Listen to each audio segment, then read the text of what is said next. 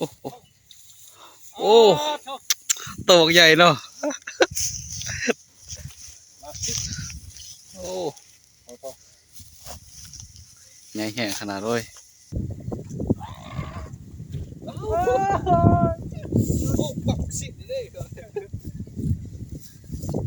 นี่พี่น้องตัวใหญ่มาได้บัดนี้นี่ขึ้นเลยเบ้อเอาอีกแล้วพี่น้องเอ้ยโอ้แง่พี่น้องตัวมันมีแต่ปลาเข่งเนาะพี่น้องเด้อ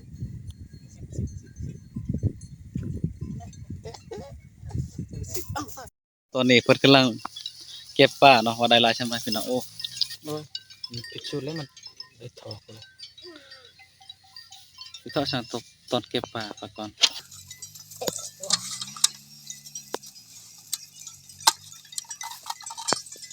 เก็บไว้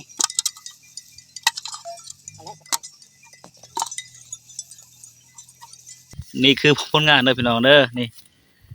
ได้จากตัวสิปลายก็โตเนาะมีตัวใหญ่2 ตัว3 ตัวใหญ่แห้งพี่น้องนี่พี่น้อง3 ตัวโอ้คัก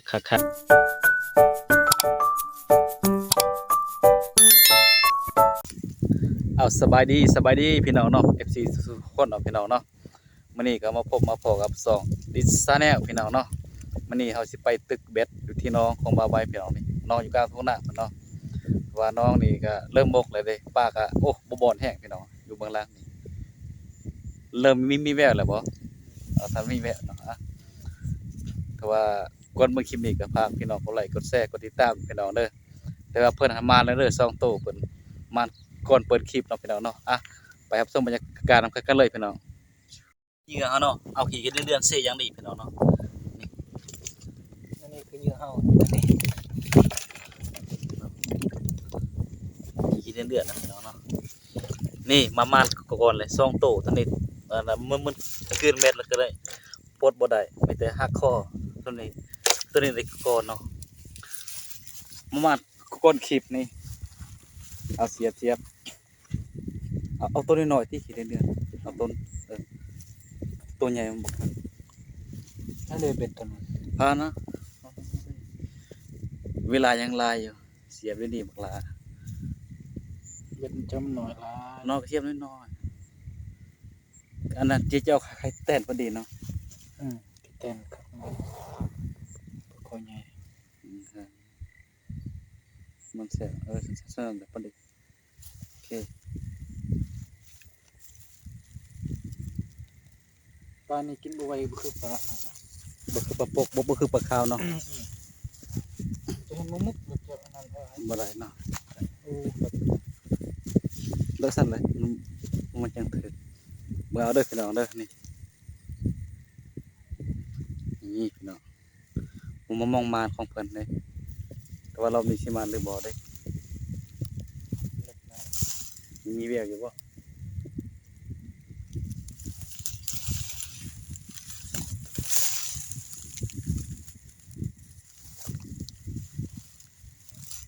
ตัวนี้เลยสั่น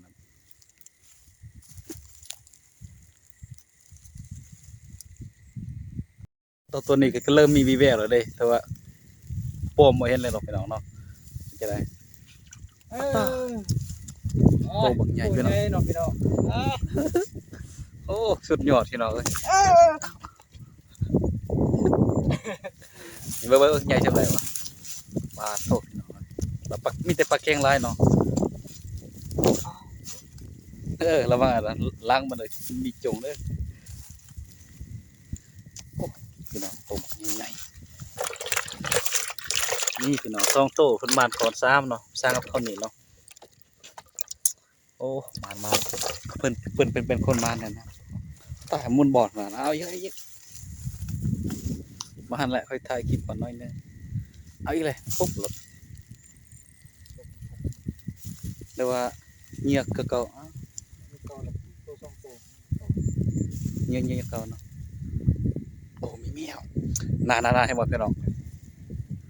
ปอมเม็ดมันเริ่มนั่น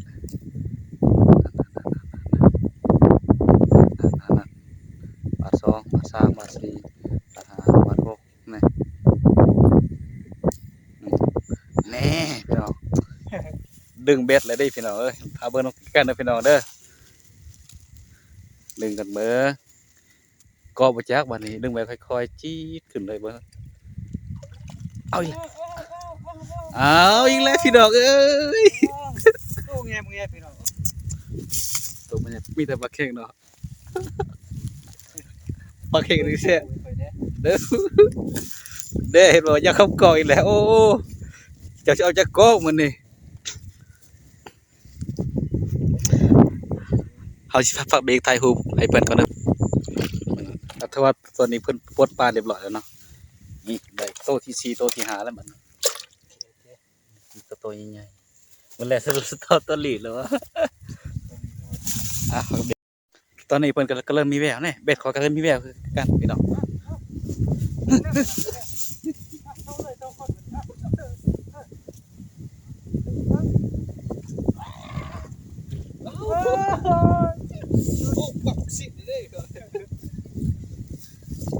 นี่พี่น้องตัวบักใหญ่มาได้บัดนี้นี่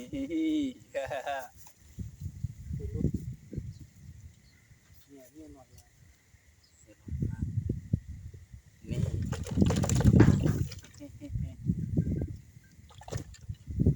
มาเลยพี่น้องเริ่มมาแล้วเด้อ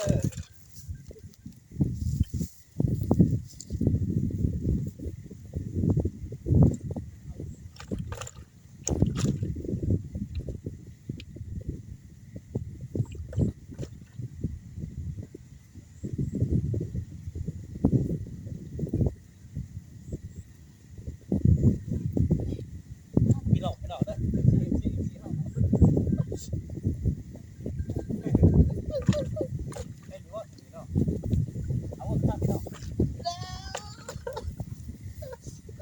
ปกติจะเป็นวันว้าพี่น้องเอ้ยมาเบิ่งคนมาเด้อพี่น้องเด้อนี่อันนี้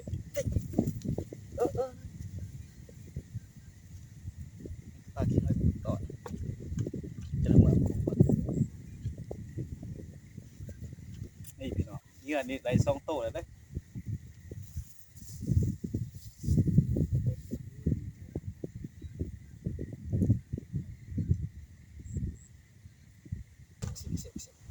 สิบเอาปลาใหญ่แล้วเปิดมันหน่อยเด็กก็จะไม่ทำตัวได้โอ้คักๆเลยตัวใหญ่เนาะนี่ก็ว่ามันสิตายลิ้นนี่ว่าคุกเด้อเอาถ้าหน่อยเราเ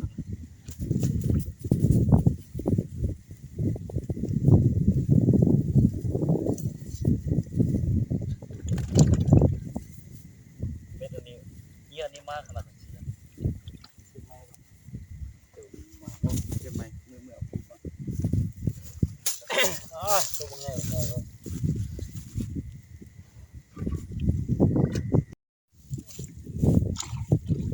แน่พี่น้องเด้อ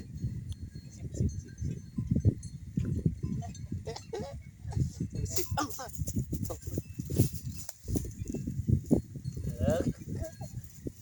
คนมาพี่น้อง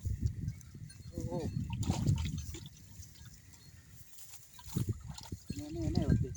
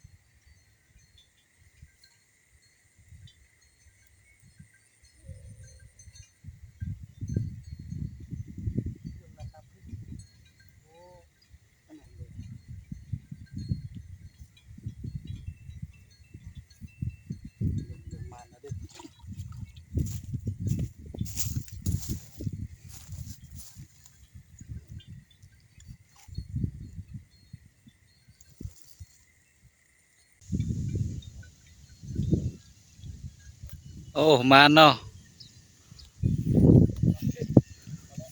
ใหญ่ๆบ่เอ้ยโตใหญ่เนาะ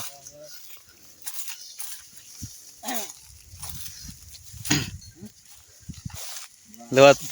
หรือว่าถ่ายภาพซื่อ เก็บๆดู โอ้ตัวบักใหญ่ตัวบักใหญ่ ครับ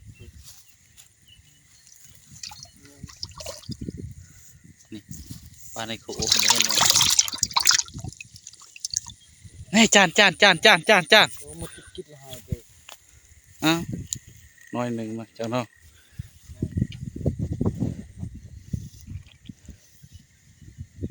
เอาอีกทีบาทหนึ่งเงึบโอ้โอ้โอ้ตัวบักใหญ่เนาะโอ้ เอาต่อ ใหญ่แห่ขนาดเลยได้เลยตอนนี้เพิ่นกำลังเก็บป้าเนาะว่าได้หลายใช่ไหมพี่น้องโอ้โอ้ย สองกล่องสิสองกล่อง เออ กับสักคนเลย ปัดก่อน โอ้ยมันปิดชุดแล้วมันได้ถอกเลย พี่ทอดช่างตอนเก็บป้าปัดก่อนโอ้มีดูสันวะ แต่เห็นเป็นคล้องแล้วก่อน นะ ใช่หรือเปล่า โอเค นี่คือเนี่ย ปลาลายขนาดเนาะ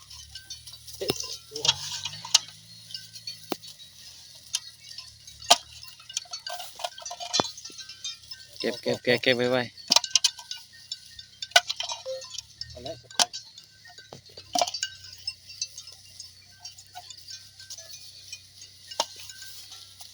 ไม่มีตัวใหญ่อย่างนี้ไปจักคันเด็ดตัวได้โบราณโอ้ไม่ใหญ่ขนาดนี้มันได้อีหลีนี่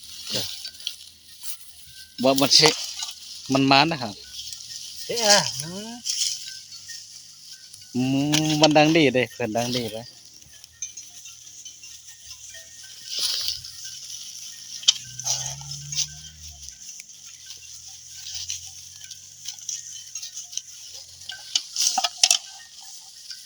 จะปลาตัวนี้กันหยาบพี่น้อง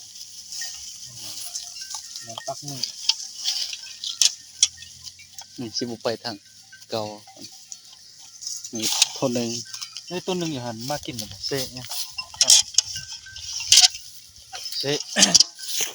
เนาะนี่คือผลงานเด้อพี่น้องเด้อนี่ได้จากโตสิปลายกว่าโตเนาะมีโตบางใหญ่สองโตสามโตใหญ่แห้งพี่น้องนี่พี่น้องสามโตโอ้คักเฮ็ดลาบก็ได้ปิ้งต้าตำมะฮุงเนาะพักก่อนนี่แหละพี่น้องเนาะนองที่เขาตึกเนาะพี่น้องเนาะนี่บรรยากาศก็ค่อยคำลงแรงพี่น้องเนาะพี่น้องเนาะแต่ว่าคลิปนี้ก็จบเพียงเท่านี้เนาะพี่น้องเนาะสิได้อำลาพาจากพี่จากน้องนี่พี่น้องนี่บายบายพี่น้องบายบาย